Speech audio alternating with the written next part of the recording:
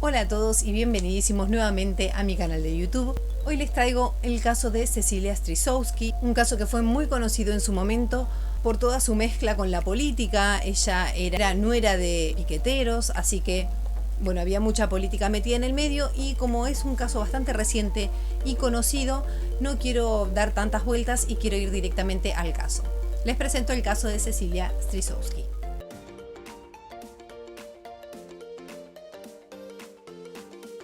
En junio de 2021, Cecilia Strisowski conoció por una aplicación de citas a César Sena, hijo del ex precandidato a diputado Emerenciano Sena, y su esposa, la ex precandidata a intendenta de Resistencia, Marcela Acuña. Emerenciano era líder de su propia organización política llamada Emerenciano. Entre otras cosas, llegó a construir casas, escuelas, iglesias, centros de salud y hasta un barrio de aproximadamente 500 casas que llevaba, por supuesto, su mismo nombre. De a poco fue generando vínculos a medida que más se interesaba en llegar a los puestos más altos de la política de Chaco, pero el vínculo más importante y más conocido fue con Jorge Capitanich, que en ese momento era el gobernador de Chaco. El vínculo era tan fuerte que Capitanich fue el padrino de su casamiento. Esta escala en el poder le fue dando de a poco esa cierta sensación de impunidad a esta familia, como pasó, por ejemplo, en el caso de María Soledad Morales, que pueden encontrarlo en mi canal o haciendo clic en el link que les va a aparecer acá arriba a la derecha. En septiembre, César y Cecilia se casaron, pero según algunos testigos, Marcela Acuña los obligó a divorciarse 3 meses después, ya que la familia de César nunca avaló esta relación. Esta relación al principio era hermosa, era divina, pero con el pasar del tiempo se fue tornando tóxica y violenta. Hasta se dieron a conocer chats donde Cecilia le cuenta a una persona cuando César es violento con ella por primera vez. Dado todo este contexto, vamos al año 2023, que es cuando suceden los hechos. El 1 de junio, César pasa a buscar a Cecilia por su casa y pasan la noche en un hotel. Al otro día, a las 9:15 de la mañana, Cecilia ingresa en la casa de César. Esto está constatado en las cámaras de seguridad del vecino de enfrente, después de haberse preparado para un viaje a Ushuaia junto con la familia de él, ya que Marcela le había conseguido un puesto de trabajo allí. Iban a salir hacia Corrientes al otro día y en medio del viaje iban a hacer una parada en Buenos Aires, para lo que Cecilia ya se había preparado y había hecho unas búsquedas en Google de cuáles eran los lugares más bonitos para visitar, dónde comer el mejor chocolate, dónde tomar el mejor café, aparte obviamente de preparar su valija. Los días siguientes, Gloria, la mamá de Cecilia, le resulta raro que se mensajeaba con Cecilia, pero ella no quería mandarle fotos, ni videos, ni audios.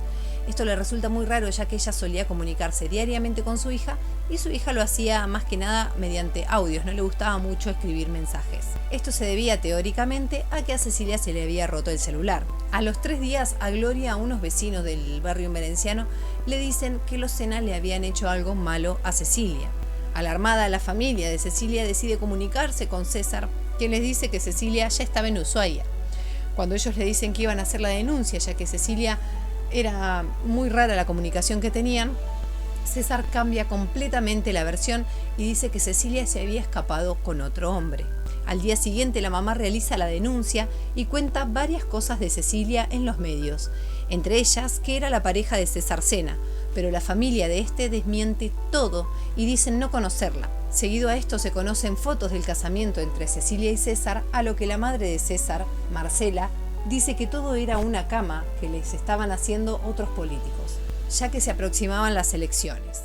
El movimiento no tiene nada que ver en esto. Y según ¿Y qué tendrían que investigar? Sí. Está bien esta medida, pero creo que es exagerada, digamos.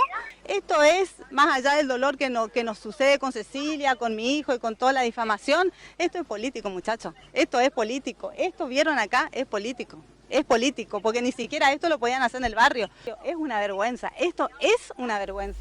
Los fiscales Jorge Cáceres Olivera, Juan Gómez y Nelia Velázquez analizaron la cámara de seguridad ubicada frente a la vivienda de Sena y en las imágenes observaron que la joven entró caminando, pero luego jamás salió. El 8 de junio, César Sena se presenta a declarar. Llega victorioso, aplaudido y halagado por los vecinos, quienes no se imaginaban ni por casualidad que César podría haberle hecho algo malo a alguien. Ese día es cuando pasa uno de los momentos claves de este caso, es más, creo que es el momento más conocido de este caso, fue una explosión mediática esto.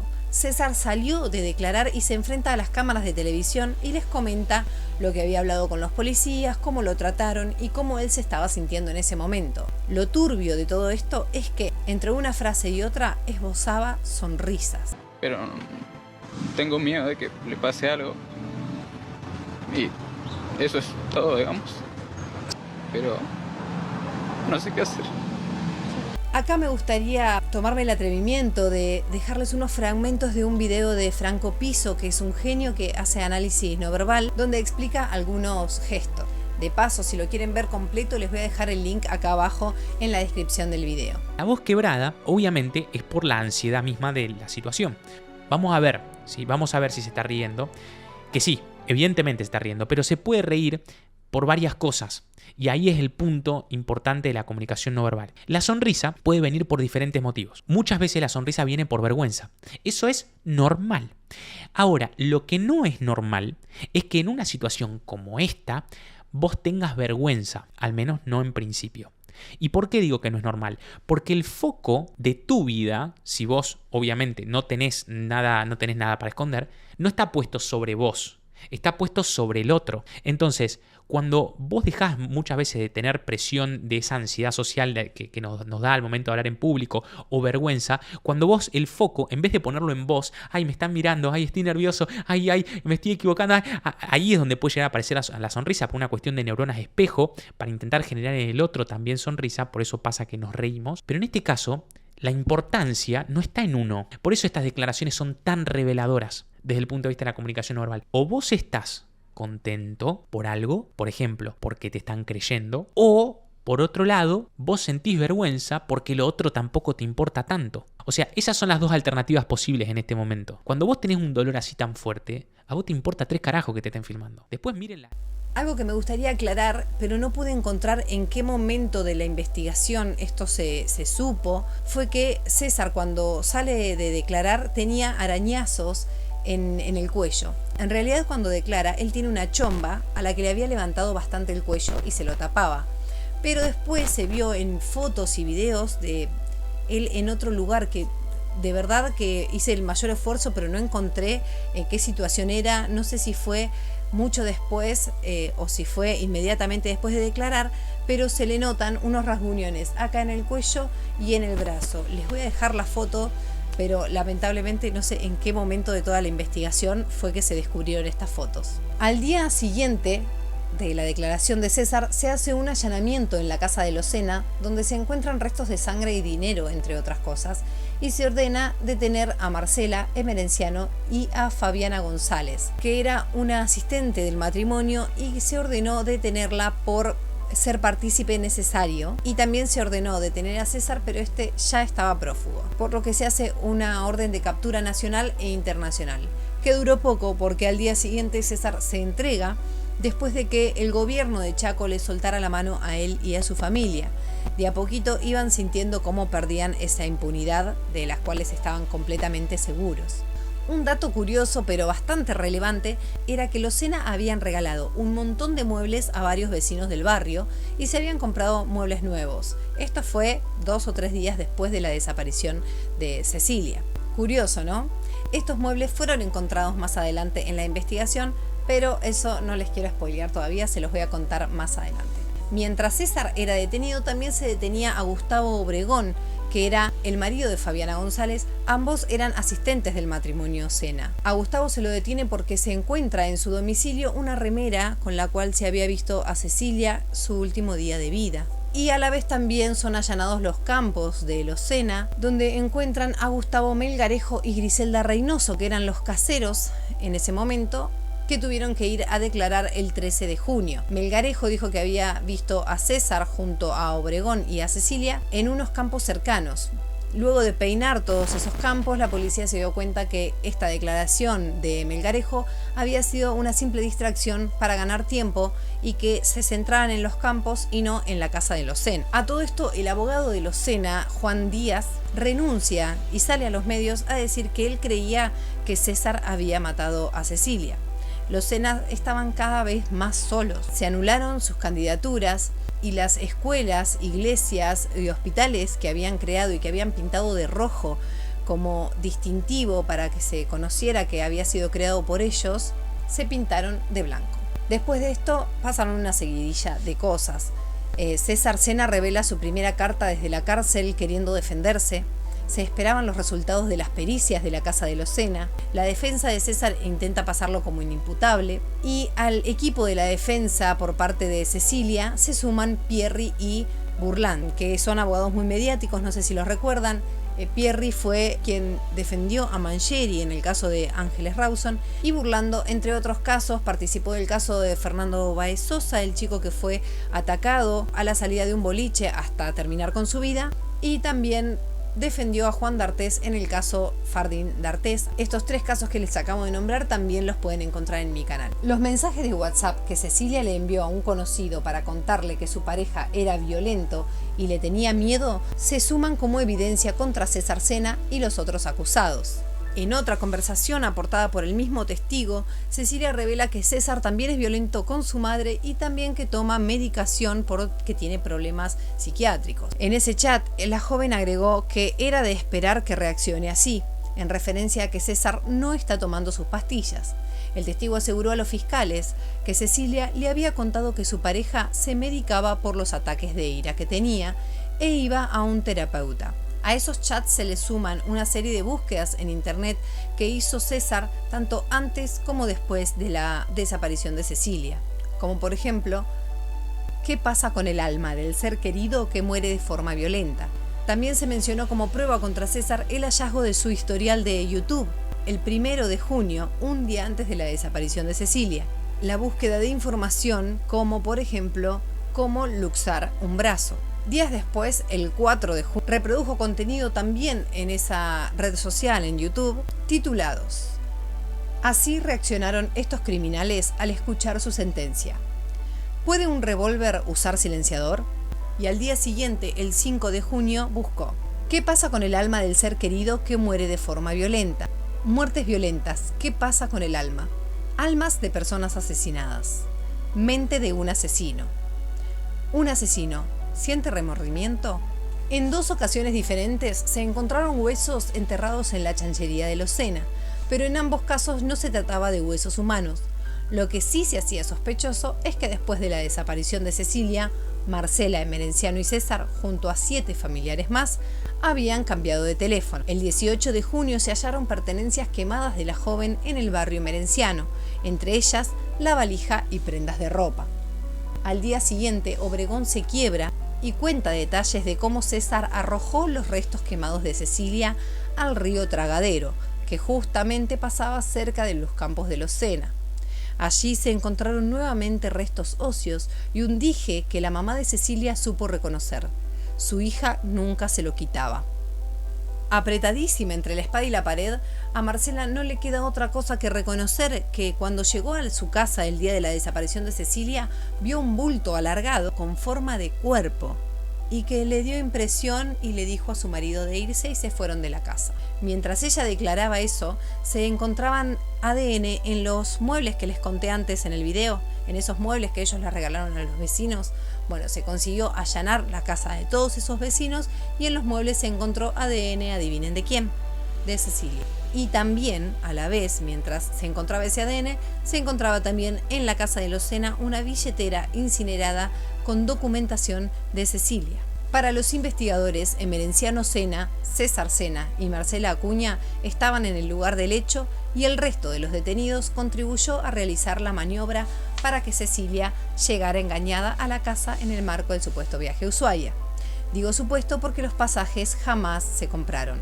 Entonces, para resumirles, lo que pasó habría sido esto. Les dejo un video que encontré en YouTube que subió el canal Perfil.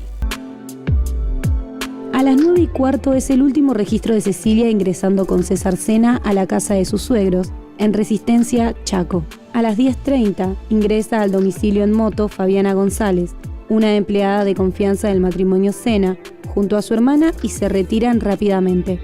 15 minutos después, César Sena salió de la casa sin Cecilia y regresó una hora más tarde.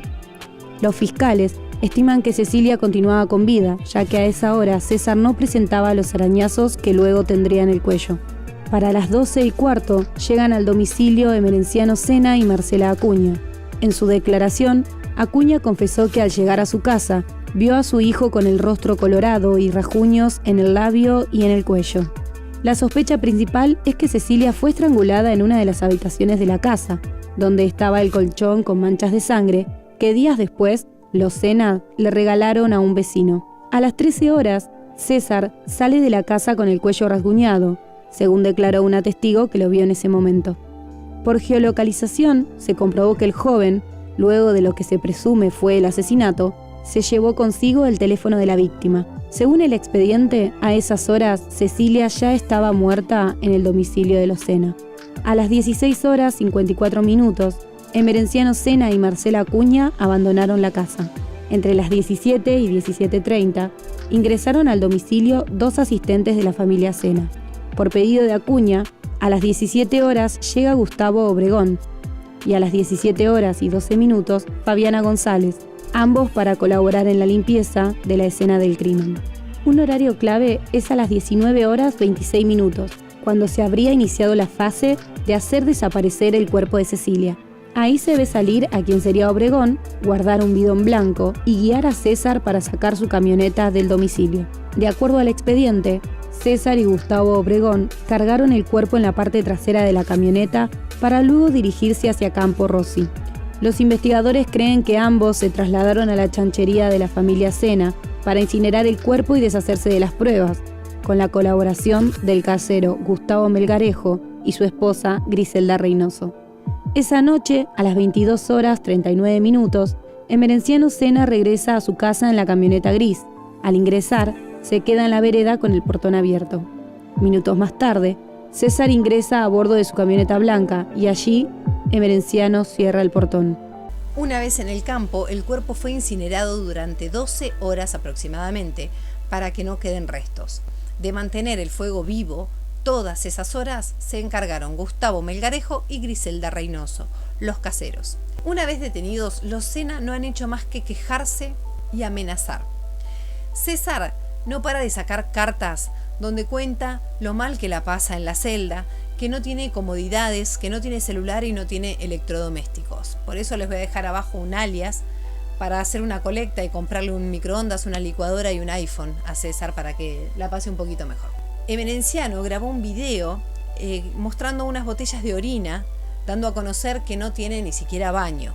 Esto provocó que la policía investigara las visitas, porque las visitas no pueden llevar celular. Entonces no hizo más que hundirse. Y Marcela hizo huelgas de hambre reclamando prisión domiciliaria por problemas de salud. Y también amenazaba a los fiscales y a los policías, como lo hacía en llamadas telefónicas, sabiendo que un policía estaba escuchando. Decía, por ejemplo, averíguame quiénes son los hijos del fiscal, a qué colegio van, a estos hay que hacerlos saber qué se siente que se metan con tu hijo, háceme una lista de los policías con los que trata César en su celda, etc. Por supuesto que luego de esto se le prohibió comunicarse vía llamadas telefónicas y vía carta. Pero igualmente, a pesar de esto, a la familia se les permitió 4 encuentros, por supuesto monitoreados, pero lo paradójico de esto es que el primer encuentro coincidió con el cumpleaños de César. Por lo tanto, mientras Gloria estaba llorando los restos de su hija, solo imaginándolos porque no los tiene, no tiene a dónde ir a llorarla, los Sena estaban de cumple. Con respecto a la razón del crimen, hay 2 hipótesis. Una es que fue por dinero. Se dice por un lado que cuando Marcela los obliga a divorciarse a César y a Cecilia, les da plata a Cecilia para que se divorcie. Y otros dicen que los hace divorciarse por un tema de herencia. Es por eso que Cecilia se enoja tanto con César por haberle puesto precio a su amor. Pero también, por otro lado, más que nada es la madre la que la que refuerza esta hipótesis es que Cecilia vio algo que no tenía que ver, tanto puede ser en la casa de Locena o en los mails de Marcela, ya que ella estaba empezando a trabajar con Marcela. El punto fuerte de la defensa es que no tienen un cuerpo. Entonces el dicho dice, si no hay cuerpo, no hay delito. ¿Esto es tan así? Bueno, no, porque tenemos una persona que desapareció, pero que hay una cámara de seguridad que es una prueba muy contundente que muestra a esta persona desaparecida entrar a una casa particular, una casa de familia, y nunca más salir. Eso es una prueba, como les dije, muy fuerte, que puede llegar a meterlos presos sin la necesidad de tener un cuerpo. ¿Lo mataron entre los tres o fue solo César y los demás lo ayudaron a encubrir? Dentro de poquito se va a hacer el juicio oral y parece que esta va a ser la estrategia. Hace poquito, de hecho un día antes de que se cumpliera un año de la desaparición de Cecilia, César envía una carta a la prensa donde deja ver entre líneas, deja entender que sus papás no tienen nada que ver y que los otros imputados tampoco tienen nada que ver. Si él mató a Cecilia y sus papás lo ayudaron a encubrirlo, estarían libres, porque a alguien no pueden meterlo preso por encubrir a su propio hijo. Por lo tanto, con esta estrategia sus padres ya se asegura que estarían libres. Y con respecto al resto, él lo que dice es que solo se encargaron de cumplir órdenes. Por ejemplo, los que trasladaron el bulto, ese bulto que se vio en las cámaras que ellos cargaban en la camioneta y se lo llevaban al campo, que según ellos contenía hojas, ese bulto lo trasladaron sin saber lo que contenía. Y Melgarejo y Reynoso, que eran los que estaban en el campo, mantuvieron ese fuego prendido durante 12 horas, pero sin saber qué era lo que estaban quemando. Con esto que está empezando a dejar ver en las cartas, que yo supongo que es lo que va a declarar, se lavan todos las manos y el único que va a quedar preso va a ser César. Y ahora sí les voy a contar exactamente de qué se los acusaría a cada uno de ellos. César Sena, esposo de la víctima, acusado por homicidio triplemente agravado por el vínculo, por el concurso premeditado de 2 o más personas y por haberse realizado en un contexto de violencia de género en calidad de coautor. Emerenciano Sena, el suegro de Cecilia, acusado de homicidio agravado por el concurso premeditado de 2 o más personas en calidad de coautor. Y Marcela Acuña, la esposa de Emerenciano, acusada de homicidio agravado por el concurso premeditado de 2 o más personas en calidad de coautor. Gustavo Melgarejo, el empleado de la familia Sena, es acusado de homicidio agravado en calidad de partícipe secundario. Griselda Reynoso, la pareja de Gustavo Melgarejo, acusada de homicidio agravado en calidad de partícipe secundario. Fabiana González, asistente del matrimonio Sena, acusada de homicidio agravado en calidad de partícipe necesario. Y Gustavo Obregón, la pareja de Fabiana González, acusado de homicidio agravado por el concurso premeditado de 2 o más personas en calidad de partícipe secundario. Bueno, y hasta acá tenemos el caso de Cecilia completo. Me gustaría saber qué opinan ustedes, si la mató él solo y los demás contribuyeron a ocultar las pruebas, o si fue él junto a sus padres y los demás ayudaron a quemar los restos, etc. Y también por qué fue, si fue por dinero o fue porque Cecilia vio algo que no tenía que ver. Como siempre estoy abierta a que en los comentarios me dejen cualquier información que me haya faltado o que la haya dicho mal, puede pasar. Les dejé todas las fuentes en la descripción del video y como siempre no se olviden de dejar el like y de suscribirse. Los espero en el próximo video. Adiós.